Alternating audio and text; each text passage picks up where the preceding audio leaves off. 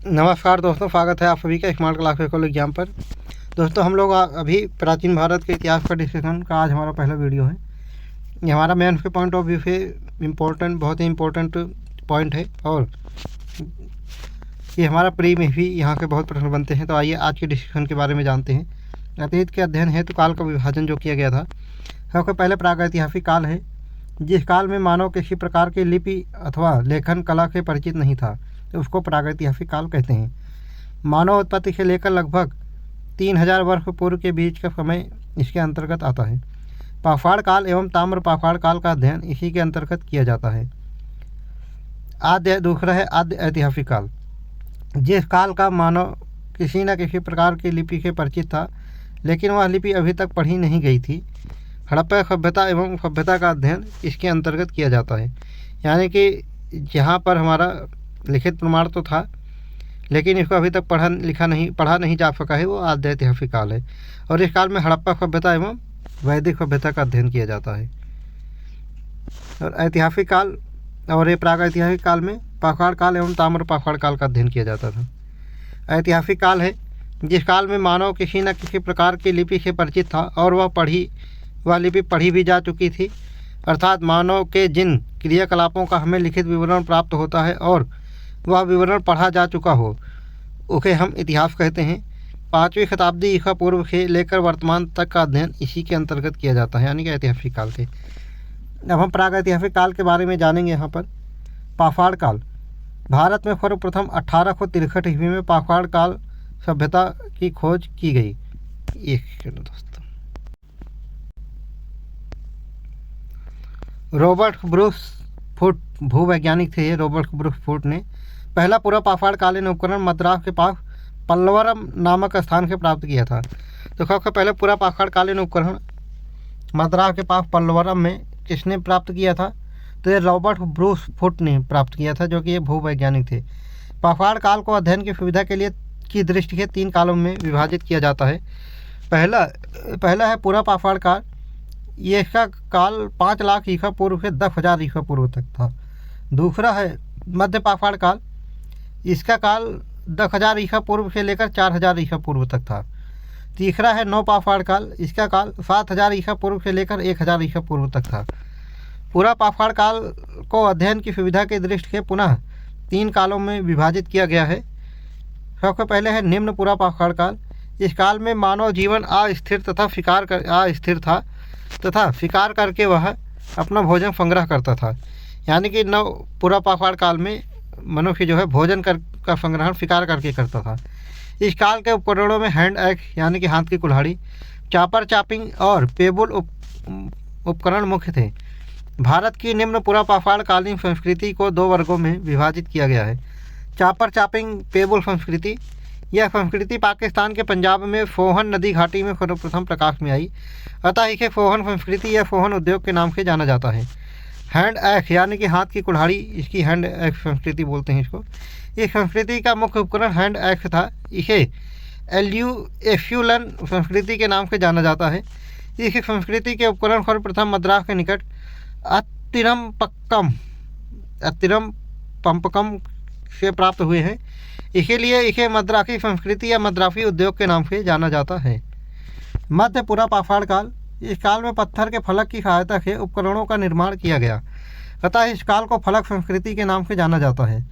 इस काल में स्क्रैपर, जिसको खुरचनी बोलते हैं, ये प्राप्त हुआ था। स्क्रैपर, बेधक, बेधनिया आदि उपकरण बनाए गए थे। गंगा घाटी, असम, सिक्किम एवं केरल को छोड़कर संपूर्ण भारत में इस संस्कृति के उपकरण मिले हैं। दूसरा है उच्च पूरा पाषाण काल। इसी काल में सर्वप्रथम होमो सैपियंस यानी कि ज्ञानी मानव का उदय हुआ। इस काल के प्रमुख उपकरणों में तक्षणी, चाकू, स्क्रैपर, बेधक एवं बेधनिया है। तक्षणी इस काल का विशिष्ट उपकरण है। इलाहाबाद जिले में बेलन घाटी में स्थित लोहंदा से हड्डी की बनी नारी की मूर्ति मिली है। यानी कि ये जो उच्च पूरा पाषाण काल था, इस काल में इलाहाबाद की जो बेलन घाटी है, वहाँ पर एक लोहंदा नामक जगह है, वहाँ के हड्डी की बनी नारी की मूर्ति मिली है, यानी कि महिला की मूर्ति मिली है। इसको देवी मूर्ति भी कहते हैं। इसी काल में मानव पहली बार रहने के लिए गुफाओं का प्रयोग प्रारंभ किया, यानी कि गुफाओं का प्रयोग मानवों ने पहली बार कब किया? तो उच्च पूरा पाषाण काल में किया था। भीमबेटका जो कि मध्य प्रदेश में है की पहाड़ियों के इस काल की गुफाएं यानी कि उच्च पुरा पाषाण काल की गुफाएं प्राप्त हुई हैं जिनका प्रयोग रहने के लिए किया जाता था। इसी काल का मानव सर्वप्रथम चित्रकारी करना प्रारंभ किया। भीमबेटका की गुफाओं से इस काल के बने चित्र मिले हैं। अब मध्य पाषाण काल के बारे में जानेंगे। यह काल पुरा पाषाण काल और नव पाषाण काल के मध्य एक संक्रमण काल था। वस्तुतः यह काल नव पाषाण काल का अग्रगामी था। इस समय जलवायु गर्म हो गई। अब बर्फ की जगह घास से भरे मैदान उगने प्रारंभ हो गए।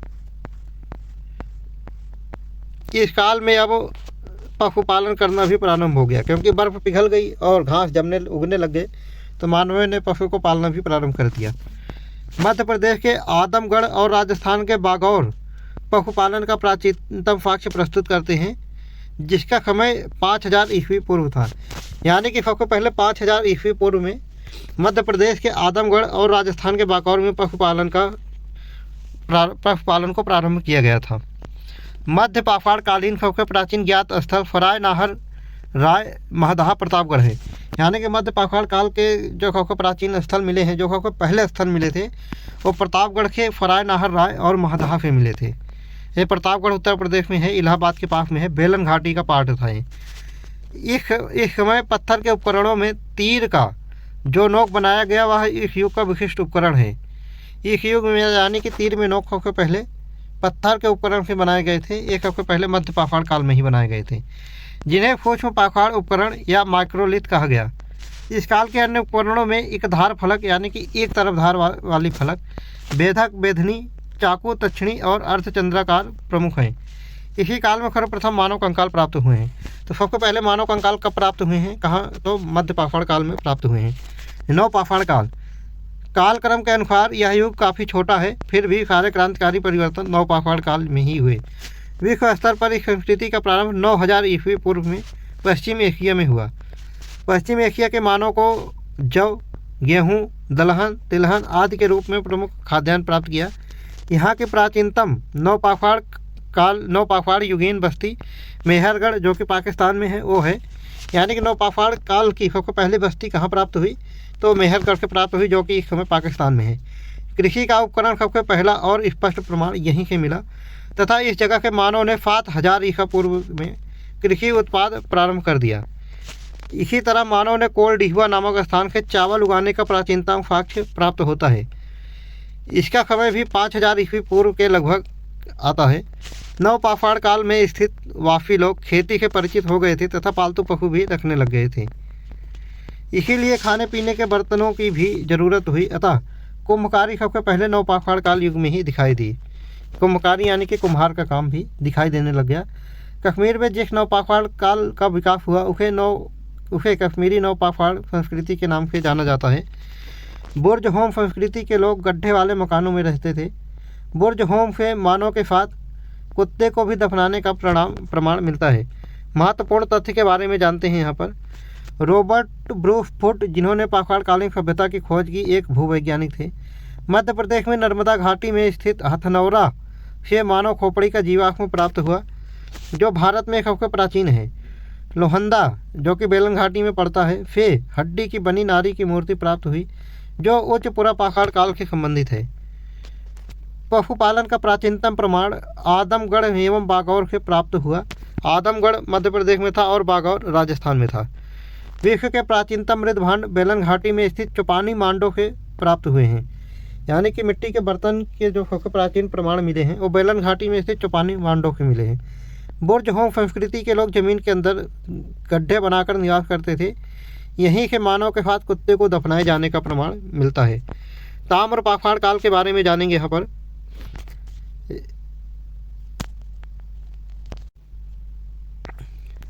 जिस काल का मानव पत्थर के उपकरणों के साथ साथ तांबे के उपकरणों का प्रयोग करना प्रारंभ कर दिया, उसी काल को ताम्र पाषाण काल कहते हैं।